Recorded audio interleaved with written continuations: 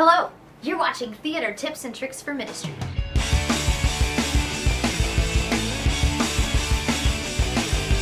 My name is Jocelyn, and this series is all about helping you discover techniques from the performing arts that can help you be more effective in your church or ministry program. Whether you're new to the arts or you've had years of experience on stage and behind the scenes, whatever your budget and whatever your overall mission, we're here to help you step up your artistry and bring the good news of Jesus to life like you've never imagined. Let's go!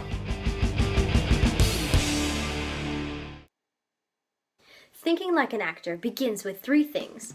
First, there's something you want, a specific thing or action that's personal to you or your people and is immediately relevant. This is your objective. Then, there is something that gets in the way of you getting what you want. Others get there first, circumstances in or out of your control, and these are the obstacles. Next, you have to make choices about how to get around the obstacles and get what you want. These are your tactics.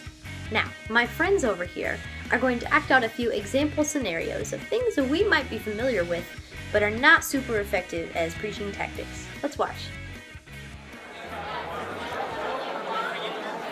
Good morning, church.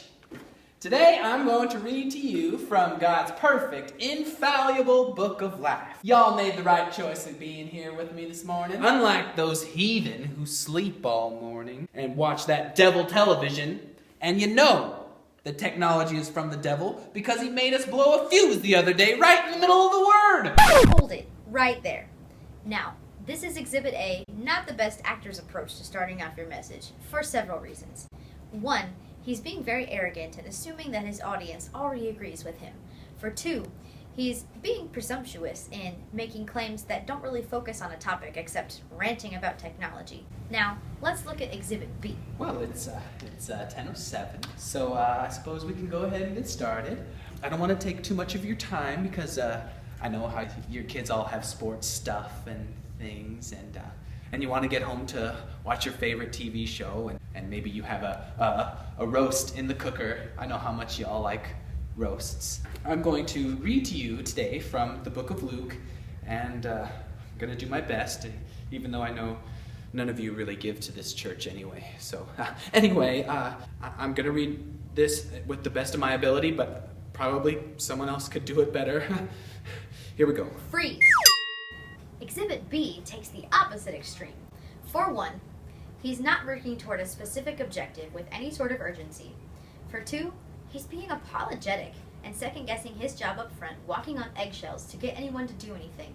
And for 3, he's not taking the stage confidently. He's not speaking loudly or clearly enough, and you just can't take him seriously. So now, let's take a step back and think about the difference when you start thinking like an actor.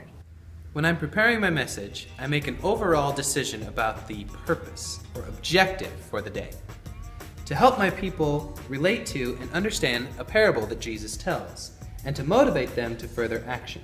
My obstacles today for my people: a dear sweet lady from the church just passed away and people are still hurting. For my atmosphere, last week we blew a fuse and we lost half our lights and sound. And for me, I did not get enough sleep last night, and I ran out of coffee creamer.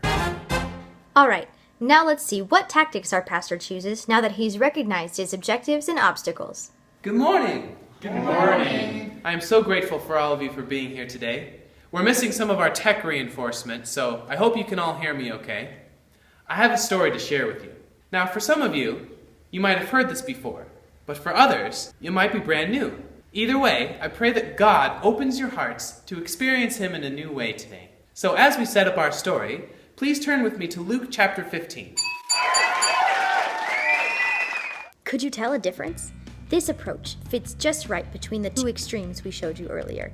He is confident and authoritative, neither arrogant nor wishy-washy, and he's focused on his objective while acknowledging that his audience's thoughts may vary. And to get his point across without a microphone, he speaks very articulately and with purpose. These are some basic level tactics that improved his presentation that much, all because he put a little thought into the thing he wants and what might be in the way. Now, Matthew here is playing the role of our pastor, and he's going to share with us, as you get more experience thinking like an actor, what are some things you can do to take your performance beyond these basic skills? Well, next, you can focus on reading your audience and changing up your tactics if you can tell that something's not working. You can change the dynamics in your voice and get louder or softer, which adds suspense and surprise. If an obstacle becomes that your audience isn't following you, you can add visual aid like a PowerPoint presentation or pictures of what you're talking about.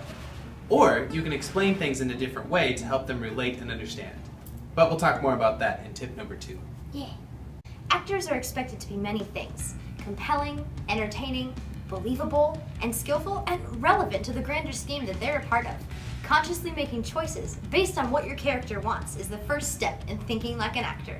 Our objective in Theater Tips and Tricks for Ministry is to provide you with tools to help you engage your audiences and impact people's lives with the gospel message. You can check out the links shown in the description below, and you can find lots of cool resources to elaborate on the tips and tricks we teach you. Thanks for watching. Stay tuned for tip number 2.